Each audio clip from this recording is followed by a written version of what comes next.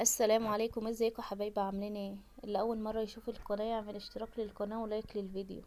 هنبدا الفيديو بتاعنا بالصلاه على الرسول عليه افضل الصلاه والسلام. تعالوا بقى نشوف هنعمل مع بعض ايه النهارده. هنعمل الكشري المصري.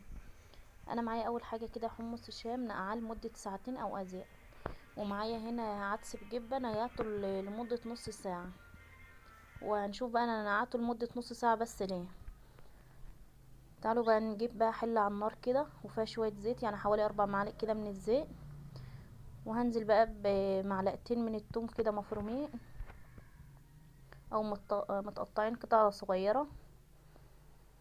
وهبدا بقى ان انا اديهم تحميره كده في الزيت دوت.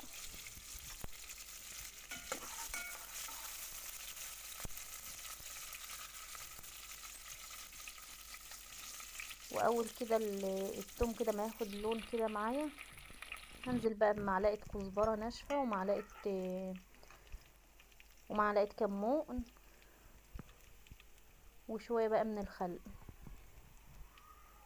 ريحه التومه بقى بتطلع كده جميله، توم وخل وكزبره وكمون.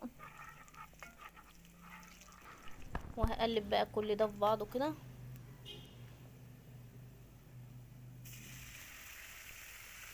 لهم حوالي 4 معالق كده من الخل، 4 معالق كبار.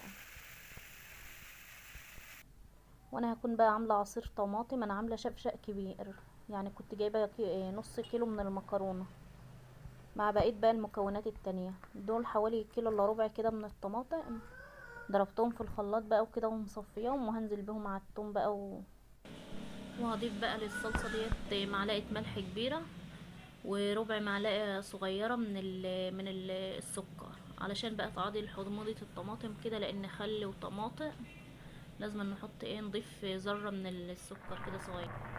هنا بقى الحمص بقى خلاص كان قرب يستوي معايا اهوت، لان انا كنت نقعاه قبلها بفتره، يعني نقعاه من قبلها بساعتين او 3. هنا بقى جبت بصلتين كبار كده وهبدا ان انا اقطعهم على ايدي. يا ريت يكون بقى التقطيع بتاعهم مش تخين قوي، يعني مش سميك، يكون في الوسط كده. او ممكن تقطعهم في المبشره. هبدا اقطعهم لحلقات كده وافضيهم بقى في بوله بلاستيك كده، واضيف لهم معلقه ملح كبيره، معلقه من الملح كبيره. واقلبهم في بعض بقى واسيبهم لمده ساعه كده مركونين بالملح ده. خلاص بقى الناس الاول كانت بتضيف دقيق كده على الملح علشان تحمر به البصل بتاع الكشري. لا، الملح دلوقتي احسن من الدقيق. هنا بقى الصلصه بتاعتي خلاص اهي اتسبكت خالص، طفيت عليها بقى. وهنعمل بقى الشعريه والرز والعدس مع بعض في حله واحده. هجيب بقى حله على النار كده واحط فيها شويه من الزيت. وده انا كنت جايبه من كل حاجه تمن، يعني تمن شعريه وتمن حمص وتمن عدس. المكرونه بقى كانت نص كيلو، وحوالي برضو ربع رز ابيض. ده بقى انا جبت التمن الشعريه دوت وحطيته في شويه زيت كده وهبدا ان انا احمره. طبعا كل الاضافات دي بترمي معاكي كميه كبيره.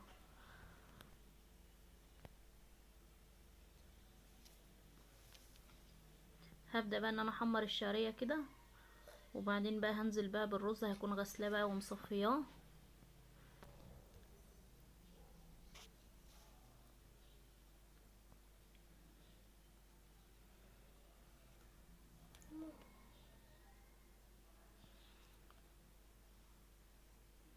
وهقلبه بقى في بعضه كده، وهضيف له بقى شويه كمون كده وشويه كزبره ناشفين. وبرضو العدس برضو كنت بقى غسلاه ومصفياه. انا ضفت، يعني انا نقعته بس لمدة نص ساعة علشان انا هضيفه مع الرز، يعني هيستوي مع الرز، مش هنقعه لمدة ساعتين بقى. وممكن هيتهري بقى على ما يجي الرز يستوي كده هيتهري. اما انت لو هتسويه لوحده بره لوحده، مش عايزة تسويه مع الرز والشعرية، هتنقعيه لمدة ساعتين زي حمص الشام كده علشان يستوي برضو معاكي بسرعة. لو انت هتسويه لوحده زي الحمص كده. هبدأ بقى ان انا اقلب كل ده في بعضه، وضفت له ملح وكزبرة ناشفة وكمون، واقلبه مع بعضه كده. وهضيف له بقى شوية من المية. هضيف بقى المية عليه، وهعلي بقى النار عليه كده لحد ما يشرب كل المية اللي دوت، وهسيبه بقى لحد ما يستوي خالص.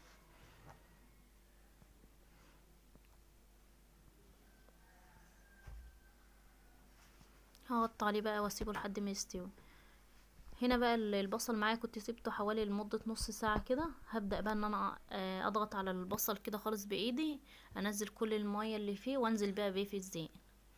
ما يكملش دقيقتين بقى في الزيت كده وهتلاقيه نشف بقى معاكي واحمر خالص زي ما انتوا شايفين كده، ياخد لون كده حلو واطلعه بقى. واخر حاجة بقى هعملها هنا الايه الشطة بتاعت الكشري، ودي برضو اختياري. لو انت حابة الشطة ماشي، مش حابة عادي. لو انتوا مثلا ما بتحبوش الشطة وكده من غير شطة عادي. هجيب بقى معلقتين زيت وعليهم معلقة شطة كبيرة، وهضيف لهم بقى حوالي 3 معالق من الخل. هنا بقى اخر حاجة هسلق المكرونة.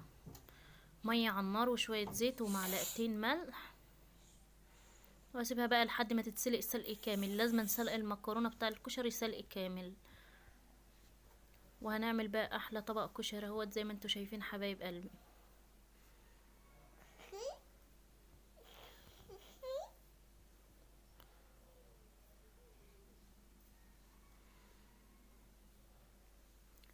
اضيف بقى المكرونة على الرز على الشعرية على، واضيف بقى في الاخر كده شوية صلصة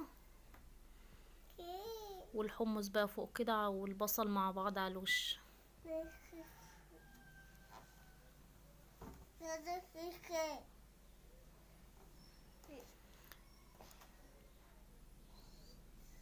طبق كده مغذي وجميل وشكله يفتح النفس.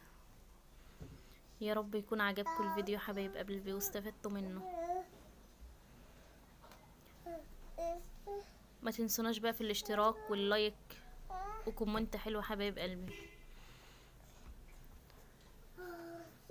في رعاية الله.